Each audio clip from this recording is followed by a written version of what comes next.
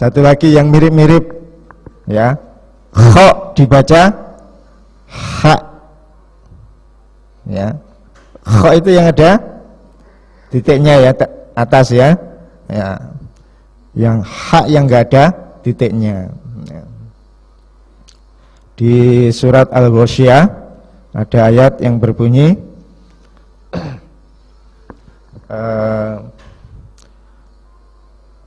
afala yanzuruna ilal ibili kaifa khuliqat, ya. Kaifa khuliqat, khu pakai kha bukan pakai kha, ya. Afala yanzuruna, tidakkah mereka memperhatikan ilal ibili kepada onta, kaifa bagaimana, khuliqat diciptakan, ya. Bagaimana onta itu diciptakan. Pernah nggak kita memikirkan itu? Bagaimana Allah menciptakan onta? Ya, ada apa ini namanya? Kalau bahasa sini apa yuk?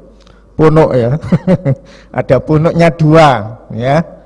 Ya, di tengah-tengah itu ada yang datar, ya, sekitar beberapa puluh senti. Nah, sehingga orang yang naik onta itu nyaman, ya, nyaman, ya. Kalau jalannya menurun itu ndak delosor gitu ya, ndak jatuh ya. Kalau jalannya naik ada punuk yang belakang yang nahan, ya, sehingga tidak terpelanting begitu ya.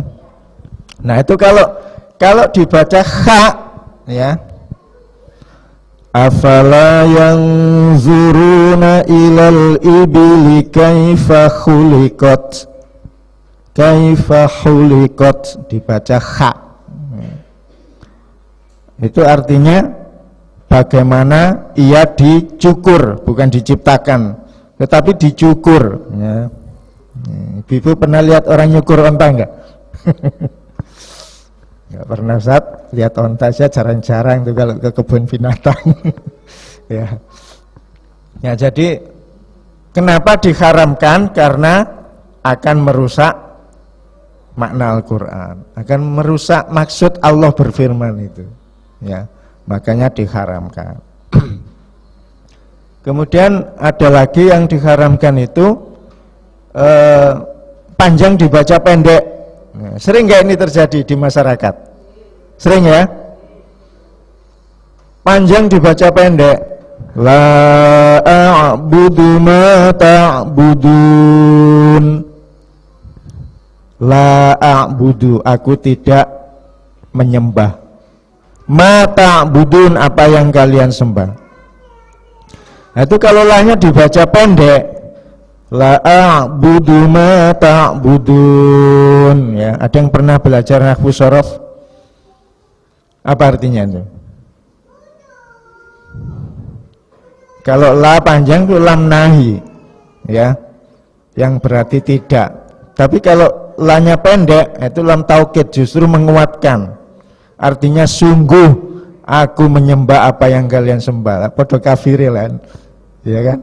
Nah, makanya diharamkan. Aku tidak menyembah apa yang kalian sembah kalau panjang. Kalau pendek, sungguh aku menyembah apa yang kalian sembah. Sama-sama kafirnya lah. Ya. Oleh karena itu diharamkan. Ya. Makanya ada aturan baca Al-Quran itu. Kemudian ada yang makruh, ya. Makruh itu misalnya mat tabi'i. Mat tabi'i itu atau mat asli, ya. Berapa alif panjangnya? Satu alif atau 2 harokat. Nah, ini dibaca lebih 3-4 harokat, ya. Mungkin panjenengan masih ingat zaman dulu itu orang ngaji itu begini. Bismillahirrahmanirrahim. Iya enggak? Itu yang la sama ma itu kepanjangan. Harusnya cuma 1 alif saja, 2 harokat. Bismillahirrahmanirrahim. Nah, itu yang pas. Ya. Satu alif. Ya. Ya. Kalau tadi itu bukan mat tabi'i namanya, mat gondrong. Karena kepanjangan gitu ya. Itu yang dimakruhkan itu, makruh. Meskipun nggak dosa, itu nggak baik ya. Nah, kalau kita bisa meninggalkan yang makruh itu kan dapat pahala ya. Nah, gitu. Jadi itu beberapa hal yang mengharuskan kita ya untuk belajar membaca Al-Quran itu yang benar ya, yang sungguh-sungguh ya, sehingga bacaan Al-Quran kita bisa mencapai derajat tilawah yang hak gitu ya, hak tilawati tadi itu ya. Nah, sehingga amal ibadah kita yang utama ini yaitu membaca Al-Quran benar-benar diterima dan diridhoi oleh Allah Subhanahu wa taala gitu. Ya. Mungkin itu saja yang perlu saya sampaikan di pembukaan. Barangkali ada yang mau disampaikan atau ditanyakan, monggo, boleh. Kalau bisa saya jawab sekarang, kalau enggak bisa saya janji kapan gitu. Ya. Monggo. Ibu-ibu ini sudah kenal saya semua. Nah, kok nggak ada yang tanya nama saya dari tadi? Ya. Oke. Mungkin tadi sudah sempat disinggung Pak Tholib ya. Ya.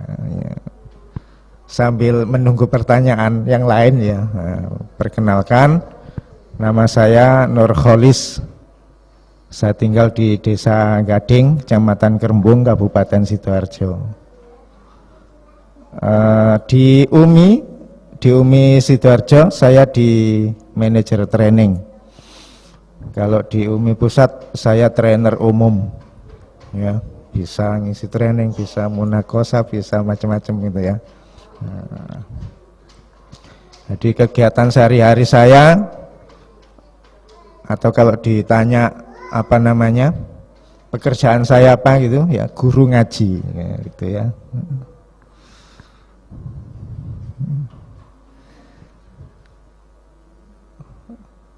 Cukup? Ada yang tanya? Monggo, Ibu, nggak apa-apa. Mumpung ada kesempatan. Ya.